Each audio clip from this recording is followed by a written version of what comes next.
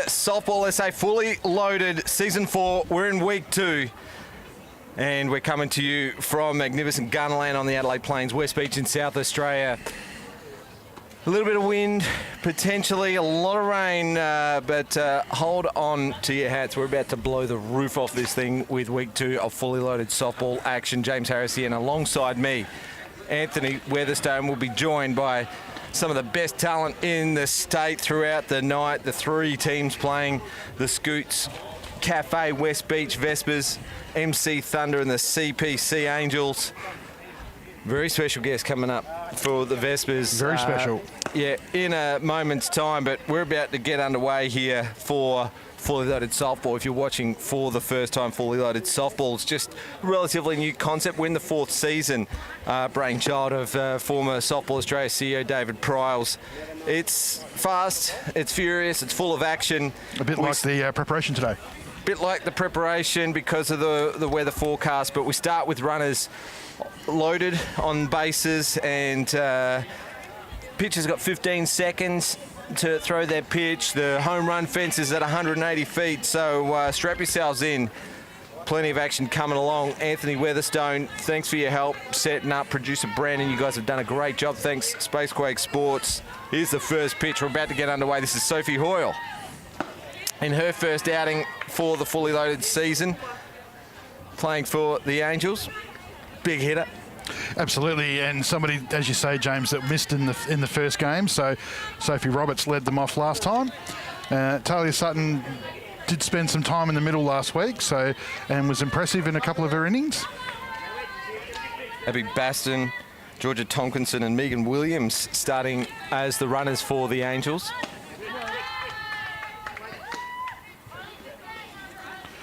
Can't remember the last time an assistant coach was playing. Maybe the Angels are a little short for the start of game 1. Swing, foul. Sophie Hoyle, as I said, up to bat. I said the base runners pitching for the Emmsee Thunder is Talia Sutton, and behind the plate is Gemma Letton.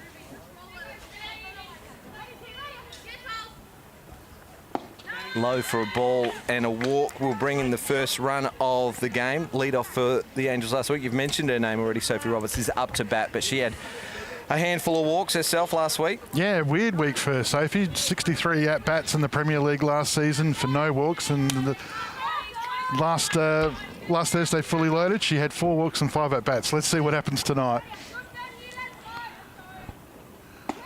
That one's in there for a called strike. The rest of the infield for the Thunder: Erin Adam McDonald at first base, Amber Hood at second, Lana Kayser at third, and Ruby DeBro at shortstop. Gee, if they weren't impressive last week, the Thunder, they've just added gun after gun to that infield this week, haven't they? Hood, Kayser, DeBro. Yeah, a couple of handy ins, definitely. But I think the one thing that was really impressive last week was the young players, especially some of those under-16s. Olivia Durham, who we're going to speak about shortly when she starts for the Angels, had a really great first week. So Letton tries to get the runner getting a bid lead off at third base. And it goes out to left field for the second run. So Bastian and Tompkinson have now crossed the plate. Outfield left to right, Abby Kennedy, Bianca Ramsey, and Emily Flavel for the Thunder. Piece of the ball here from Roberts. It's going to drop short. There's Ramsey, takes the catch. She's going to try and make the play at the plate. Good block from Letton. Sacrifice fly, third run of the inning, and the first out. Yep, bases loaded, obviously, with the none out.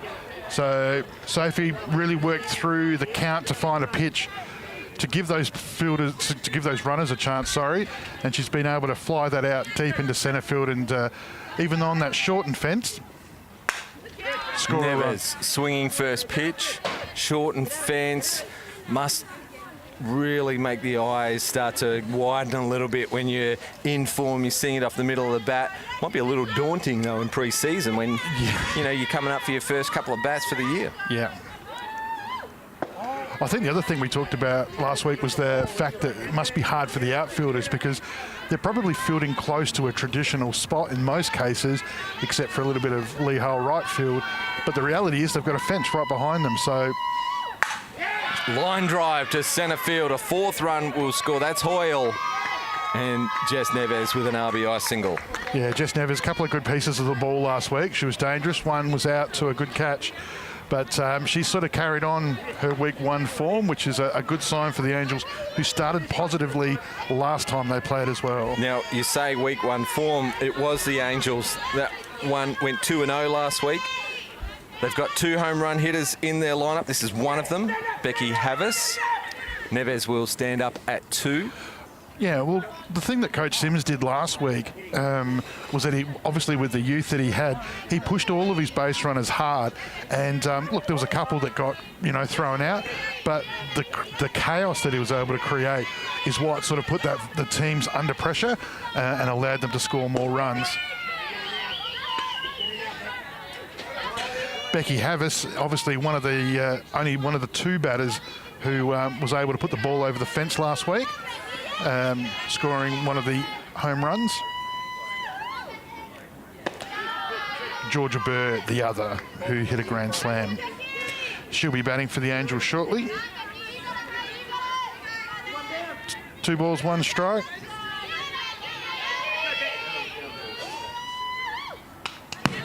Havis likes that one, fouls it off.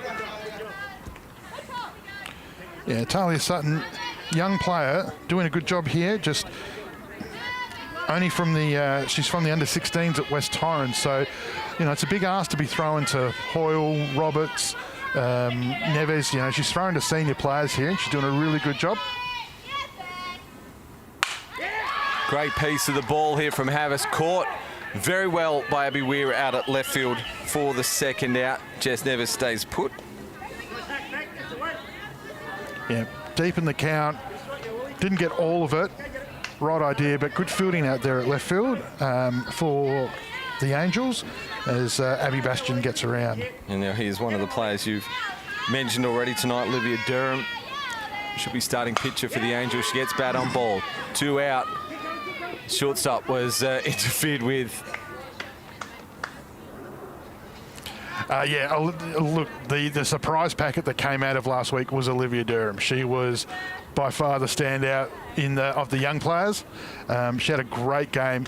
Her, we're just having a look here. One of the players just questioning the interference call at shortstop. But Durham's first week last week included strikeout to Taylor Chillingworth. She then got a rocket hit back at her line drive from Sarah Tonkin, and then followed it up with a strikeout to a player who I can't say, but is very experienced. Umpires Kevin Tannenbring and Jordan Taylor coming together here. Let's have a look at the replay. Durham gets bat on ball, and the runner just stops and interferes with the shortstop. So maybe a miss there from both fielder and umpire, but we move on. There's 2 out, and there's plenty going on here. The new hitter is Georgia Burr, the other hitter that had a home run last week for the Angels in their 2 wins. Grand slam off of Jade Peterson, no less, too.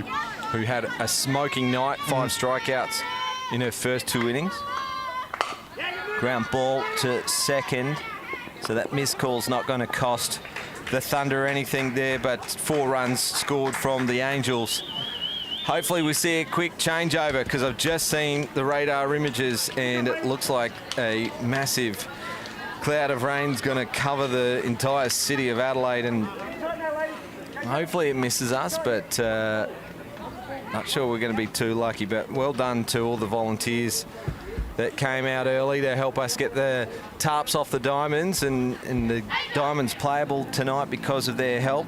Only a little bit of rain earlier on, a couple of little wet patches, but other than that, diamond looks in great condition. So the quicker we can get through these innings, the quicker we can get through the first game. And Olivia Durham starting in the middle again, carrying on from last week. So again, it was a surprise packet. Obviously, with her age, throwing to some of the state's best players, she had a really great first time out. So just loved her way she went about it. She was unfazed, threw a walk here, strike out there. Nothing seemed to really rattle her. Gave up a hit, then just got straight back on with the job, and she did the same when she was in the box batting as well. So, yeah, really, really impressive first week out. Hoping to have a chat with her later on if the weather holds. So normally no warm-up pitches in between innings for fully loaded, but we give the starting pitchers 2 pitches to get underway. Just waiting now on Kevin Tannerbring. So she's pitching to Georgia Burr. Becky Havis is at first. Jess Nevers is at second. Shortstop, Sophie Hoyle. Sophie Roberts playing third. Abby Bastian out at left field. Georgia Tompkinson at centre field, who had a great game at second last week. And Megan Williams out at right field for the CPC Thunder. Angels, sorry. Well, the Angels actually do only have 9 listed, so not sure of the availability of some of the players, but we'll keep our eye on that over the 2 games of the night. Lana Kaiser's the batter in the box. Erin Adams McDonald on third base, Abby Kennedy on second, and Emily Flavel on first. So Lana Kaisler, the West Torrens third base shortstop player, power hitter, coming off of a great national championships back in April. So and May. Goes opposite field, drives it hard over the head of Williams, one bouncing into the fence. 1 run scores, the second runner is going to score from 2, Kennedy, and the Thunder straight on the board. Well, looks like she's carried on. Somebody tell her that it's not a national, so that's pretty much what she was doing at the Nationals, hitting behind the runners, putting the ball out into space, and that's a great start for the Thunder. Amber Hood up to bat, hit the championship winning RBI in the tiebreaker inning at the National Championships that we've just been talking about. Also her first game of the fully loaded comp. Also goes opposite field. Williams under it, decides to catch it. The runner from 3 takes off and will score, so sacrifice fly. Might have been tempted to leave that, perhaps, but with the dangerous Amber Hood in the box, don't want to give her a second chance. Yeah, spot on, James. That's perfect. I mean, I suppose the argument is you're early in the game, but you know your arm. It's a bit of fun, fully loaded, so they're going to go for it. Gemma Letton also going opposite field, so obviously a plan here with Durham and Burr for the Angels, just trying to keep the ball on the outside, trying to keep it out of the reach of the Thunder. We saw a couple of players last week really early on the ball, surprisingly, in the pre-season. Especially, but Gemma herself, Gemma Letton, was up the middle most of the night with some great line drives. But, Emily Flavel out there at right field's going to be busy. That's Megan Williams. Megan Williams even. Flavel's playing right field for the Thunder. Just came in and scored. I said I was going to do a better job with the players. It's good to see that took 10 minutes. Lana Kaiser's the runner on third. Sorry, everybody. But here's another great part of what Durham's doing. She's, again, a couple of hits. She's sticking to a plan to a more experienced catcher, and she's just plugging away, doing her role. Outside, then goes back in. Good mix. Simple stuff, but, if you execute it well, as she proved last week, you can put some fairly dangerous hitters in trouble. Letton fouls this one off. Yeah, she tied up all the batters that she faced, and then after a very impressive innings, came in with the bat and brought in an RBI walk, I think. Yep, so she did. Just contributing for the Angels. They had 2 tight wins. which was enough to put them on top of the table. The Thunder had a big win against the Vespas and dropped the double tiebreaker game to the Angels, but still picked up a point for that loss. So the table sits at 6 points for the Angels, 5 for the Thunder and 1 for the Vespas. Vespas have the doubleheader tonight. The late doubleheader, I should say, because all teams play 2 games each night for Fully Loaded. Noticeable that the at-bats tonight are going longer already than what we've had in first week. So you'd assume that some of those preseason nerves are out. Great shot from Letton. Just hammers it to left field. Kaiser will score. She turns one, and Sophie Roberts with a good throw to keep Letton at bay. She is definitely signalling to the Premier League that her 500 season last year is no flash in the pan. She is going to be an absolute nightmare for teams playing the Port Adelaide Magpies. So looking amazing so far in the fully loaded comp for the Emmsee Thunder. Ruby DeBro, the hitter, goes first pitch. Again, we see an opposite field shot. Yeah, Letton on fire for Port Adelaide. Fought her way into the starting lineup for the Stars double championship last year, along with Chillingworth and Yo Grauer. Yeah, and as you said, had an impact in that Nationals. You know, she was, you know, shored up that right field position. Was great with her outfield work. Great on the base pass. We've always known that she's gone by the name the Riverland Roadrunner. Thunder have tied this up. It's 4-all. They've only got one out with a runner, a speedy runner, aboard. Still some depth in this lineup to come. Ruby DeBro in the box, Bianca Ramsey, Talia Sutton. The next 3 due up. There is it again, opposite field. It stays in play, and it'll be dead as it leaves the fielder player out there in the right field corner. So 2 bases for both the batter and the runner, and both runners now in scoring position for Bianca Ramsey. Yeah, great piece of the ball. So hats off so far to the Thunder hitters, making Olivia work a little bit harder in the middle. She's happened to go fairly deep in most of these counts. You can see that she is throwing around, but that outside edge, they're really driving that ball away. Great camera angle there from the team at Spacequake Sports. It was inside the line, so a good call. Bianca Ramsey now the hitter.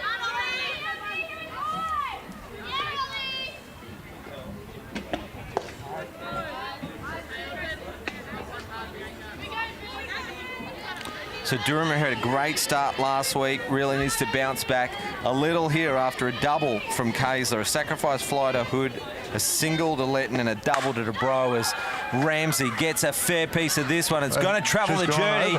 A 3-run home run for Bianca Ramsey. She joins the home run tally. Let's have a look at the Emmsee Thunder home run celebration.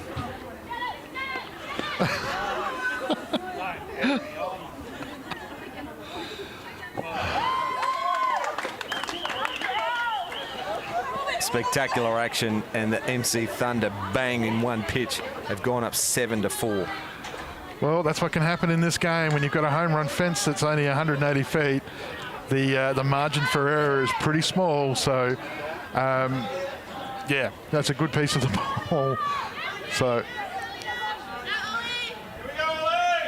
am I too old to understand what that is, that represents? Maybe. Bianca Ramsey joined us at the commentary table last week, so maybe a little bit of that rubbing off on her a little bit. Claim it. Only you could find a way to take some credit for that. Oh, you weren't here, were you? No, you were standing on standby. in the Okay, yep. No all good. Must have been me. So it was you, not me. Exactly. Good block there from plate umpire Kevin Tannering, just keeping it in front. Don't take your eye off the ball, though. KT turned his head at the last moment. Sutton, 1 out. Durham battling, trying to keep it low and out of the hitting zone.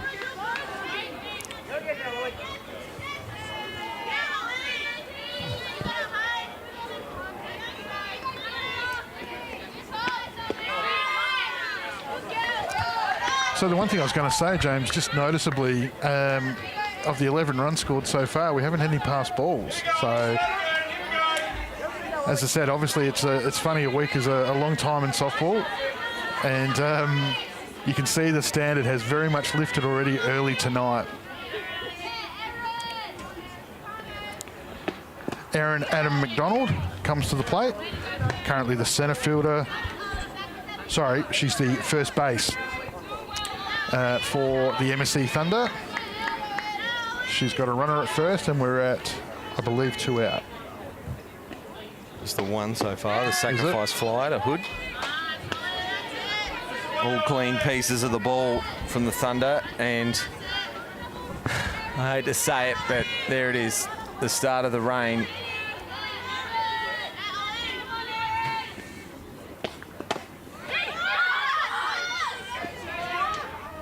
Sutton takes off. Hoyle had a chance there at shortstop, but just runner. I think the runner got there at the same time with the ball, and so she was just wary of their sliding in. You heard umpire Tannebring in the effects mic there. Ball 2, strike 1.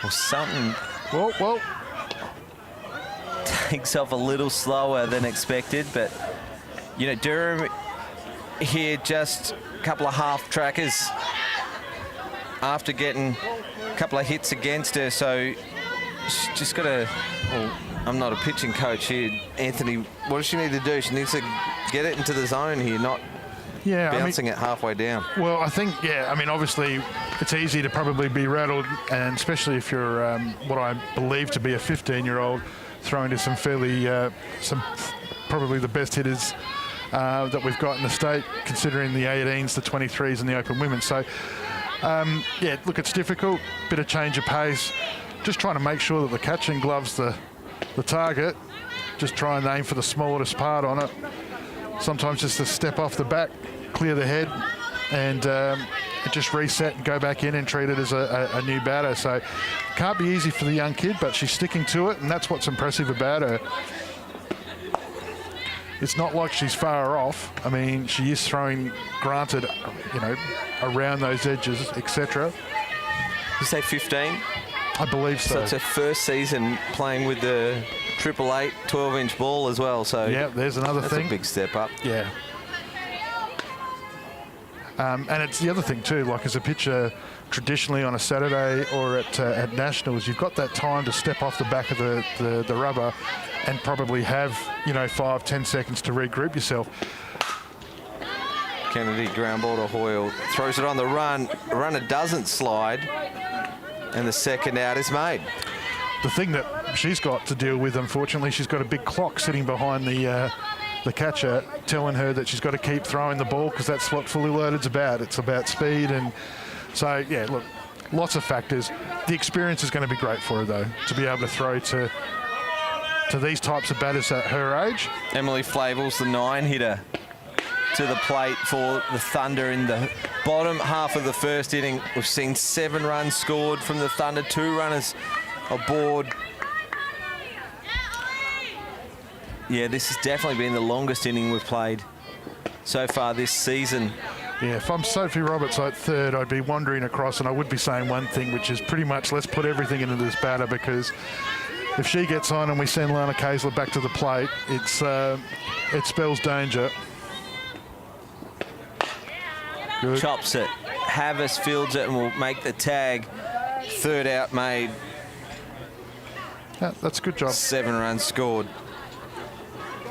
As you say, they've got no bench, so it's. I saw Sophie Roberts pitching, just grounds out over the top of that. Havas does the right thing there. She's got her hand covered over the ball. I'll let you do the intros here, James, because we've got a very special guest. Yeah, a guest joining us here from the Scootz Cafe, West Beach Vespas. Taylor Chillingworth joining us. It's all right,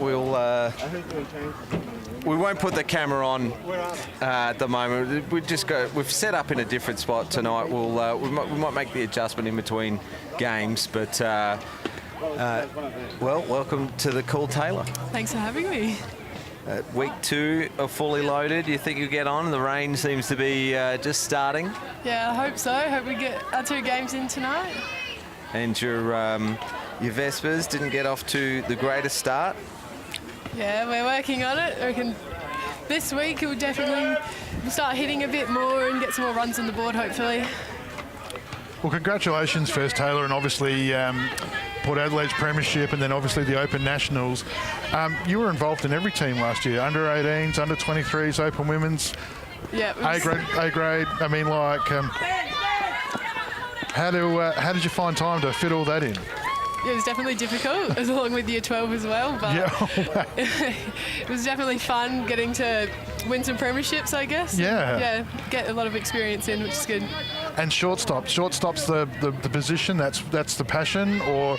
Yeah, definitely. I love shortstop. Abby Bastion's the hitter for the Angels. First pass ball of the night, James. So, CPC Angels coach Sims is going to put a fair amount of pressure on the Thunder here with keeping his base runners, keeping them moving. Big swing there from Bastion. So shortstop, was it always the plan? Sorry, James, I've messed that right up. Yeah, I think so. Very young, I was pitching and catching a bit, but then, yeah, shortstop, moving to that probably about under 15s, I guess, and kind of stayed there. Definitely got a pitcher's physique. I can see, obviously, with the height, first base is sort of traditionally where those taller players end up as well. I don't remember seeing a 6 foot tall shortstop for some time. Rochelle Mueller would be the last tall shortstop I can remember. There's definitely a couple through the college system at the moment. Yeah, true. Yeah, true. Yeah. And you signed with San Jose. Yes, yeah, that's really exciting. How long until you make that journey? I go next August, so still got a while. Get to play out the season. Well, after a pretty good battle there, Bastion's going to get a base on balls. Georgia Tompkinson coming to the plate. Yeah. Tompkinson had a good first week, really rock solid at second, and yeah, definitely showed some good signs for another one of those young players. Taylor, you get to play with a bunch of brand new players here. Was there anyone that you're excited to line up with and perhaps against? Yeah, I think it's definitely always cool to play against Jordan and Sarah, but I was really excited to play with my cousin this season, with Chloe Davis, so it's really cool to get to play against her, with her. There you go. No idea about that, James. That's good.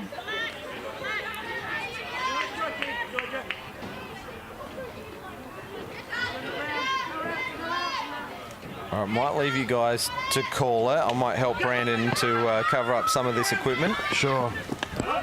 Yeah, it's starting to come in. We've been looking at this radar, honestly, for the entire day. So, and it was always a matter of time. So, Port Adelaide, positive year, 258 batting average, go away to the Nationals for Open Women and playing a role off the bench, and you bat 273, coming with some really important at-bats, scoring runs. How was that experience?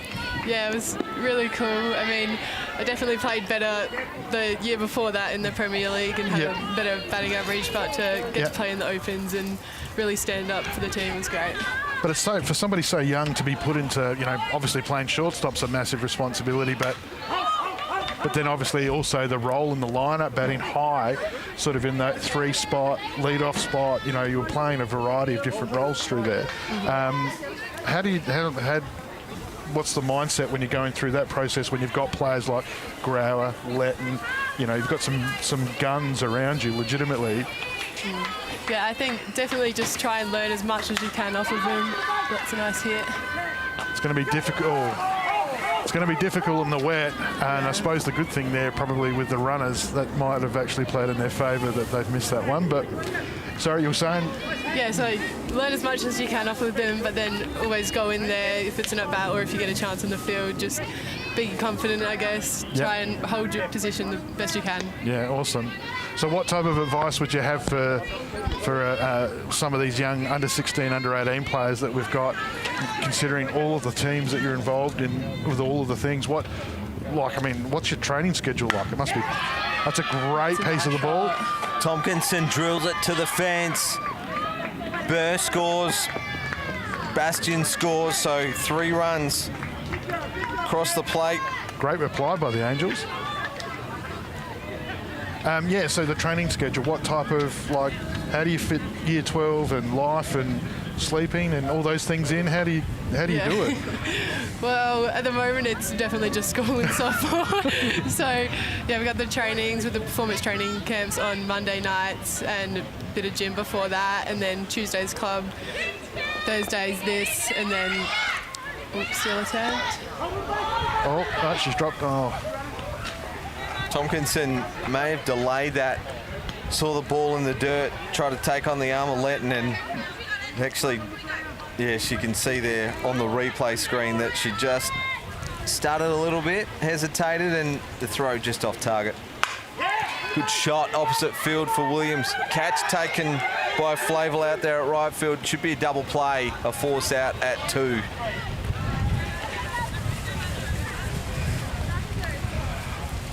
And Kevin's decided to, I think, have a break. It's only 2 out. No, it's... How many we got? How many we got? I thought he'd called game then, just for a second, walking off like he did. Maybe it was a 3rd out, so I might have missed one when I was setting things up. So we've got tough conditions at the moment. The good news is that we hope that it's not for too long. The problem is the damage it's going to do to the dime in the meantime, so we'll see what happens. Players braving the elements. Let's have a look at the screen. There we are on screen. We're kind of in the dry. How many out? Just get going, Kev. I'm on the mic at the moment. You've got to get 4 out. I think Kev's added a new rule to fully loaded. It's now you've got to get 4 out, apparently, is his new... All right. Is that Sutton again in the pitching, James? Yeah, Sutton continuing here with 2 out in the top of the 2nd inning for the Angels. So I've got 2 out and 4 runs. This is only the 3rd batter of the inning. That's a great take by Emma. Great catch running back with the flight. I was just blinded by some of the camera and equipment. There's the 3rd out. Here's a look at the replay. Pops it up to the right side. Head goes down for Hoyle, and backing back is Hood. She doesn't take her eye off it. And just remember, ladies and gentlemen, she's got the wind going over her shoulder as well as the rain. So she's done a great job in shielding herself from that to make a great catch. But that's the gun that she is. Well, the Angels score 4, take the lead. Rain's coming down pretty hard now, but the players are still braving the elements. This is reminding me of the 23s. Yeah, definitely. That was very wet, that carnival. How hard is it when you're playing in an elite competition like a Nationals to stop and start when you're playing the best in the country and have to wait, and then the game just gets called on you and you've got to go? How do you prepare for that stuff? Yeah, it's definitely hard. Like your body and mind, I guess, with warming up and then having to stop and then you're getting cold and then having to go back out there and play. Yeah, it's not ideal, but we got through it. Taylor Chillingworth joining us here in the commentary. Her team, the Vespas, are next up, provided the rain stops. Bottom of the 2nd inning, Lennon Kaylo, who led off the bottom of the 1st. So we were just talking about the challenges that Olivia's had in the last innings. Now she's got to face the same lineup again from the top. The only difference, of course, is that we've now added that the ball is completely wet and the wind's picked right up. So asking an awful lot of a very young pitcher, but she's been very brave in everything she's done so far. Gazer not wanting to waste too much time, fouls that one off. Yeah, Premier League, the message to the batters would be to take as many pitches as you can and make her throw the ball as much, but fully loaded, thankfully. I get the sense that that 180-foot fence is going to come into play. Yeah, definitely.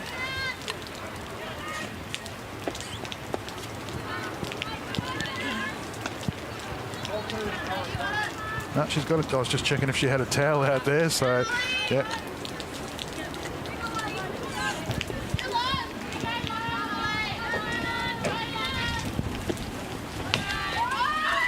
This time the runner decides not to slide. Adams McDonald just admitting in front of the FX mic that she doesn't want to slide. No, just like Daniel Ricciardo at the F1s on the weekend where he gave away what he's doing maybe next year. We just got some insight that maybe we weren't supposed to, so. What's Ricciardo doing next year? Nothing. Kaiser with a walk. Bases are still loaded. He was walking out. He's walking out of the pit lane after the race, after he had a shocker, and he was saying to Sergio Perez that he's going to take a year off and come back in 24 and see what happens. Take Perez's seat? He'd still be contracted. That's a great pitch. Super impressed with this kid. Just for, do you know anything about her, Taylor, as far as where she's from or what's the? Not too much, but no, she did strike me out last week. I confess we did mention it too, and I'm sorry about that. We were only trying to highlight the quality of the kid. That's all we were doing. It was no. You did come back well, but I mean, you fielded really well last week. That backhand play that you had early in that game that set up the double, and then when Geordie joined the game, the second game, you guys again. I know even pairing up with when you're in the middle, doing some good work. So yeah, it's great to play with Geordie on the other side. Yeah. Kennedy will take off for home, scores the second run of the inning, which will give the lead to the Thunder. So San Jose, have they spoken to you about pitching, or they've asked about, they're looking for a shortstop? That's what they're shopping for, and that's what they want. Yeah, I think we're definitely more shortstop, third base kind of area. Did they not see your shutout? No hitter. That was a one-off, definitely. That was unbelievable. It was a pretty handy one-off. So.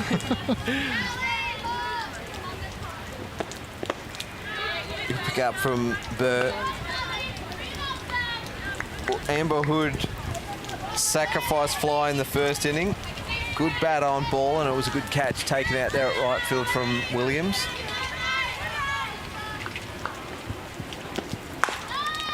This time she chops it to 2. Neves looks to make the play. First of all, Hood beats it out. Bases stay loaded. Yeah, I mean, that's difficult. I mean, again, good pitching, keeping it low, just forcing Amber to roll her wrists over the top of it, ground out. And the ball is obviously going to kick, skid a little bit now that it's getting wetter. So, but again, just great base running in the conditions.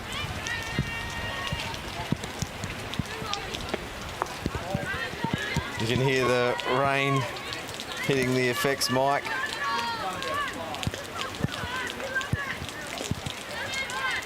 Thanks to our team at Spacequake Sports, they've covered up as much as possible. Letton fouls this one off. Yeah, love the intent from Gemma Letton. Yeah, you got to hats off to the Spacequake guys. I mean, the conditions, the amount of setup that they've got to do and everything. It's not easy to get this to your house, and they're doing a great job. Pulls this one right in the wheelhouse. Long ball to left field. It goes over the fence, as does the left fielder Abby Bastion. The commitment, but it's a grand slam to Gemma Letton, who was also on the commentary table last week. Good signs for you for your next game, Taylor. Here comes the celebration. 4 runs.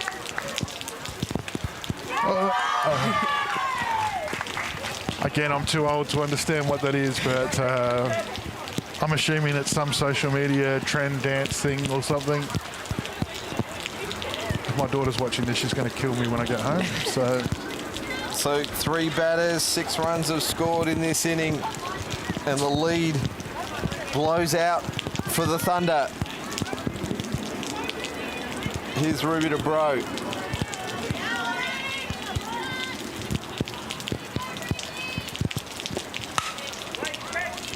It's a piece of it. Centre field's under it, just spills it right at the last moment. That's Good it. to Tompkinson. That's evidence of how hard it is out there. Just, again, might just look like it's just come straight out of the glove, but just remember she's basically got rain going into her face and a strong crosswind from her right to left. It's difficult. And I think the assistant coach has just come out here and is questioning whether or not it's...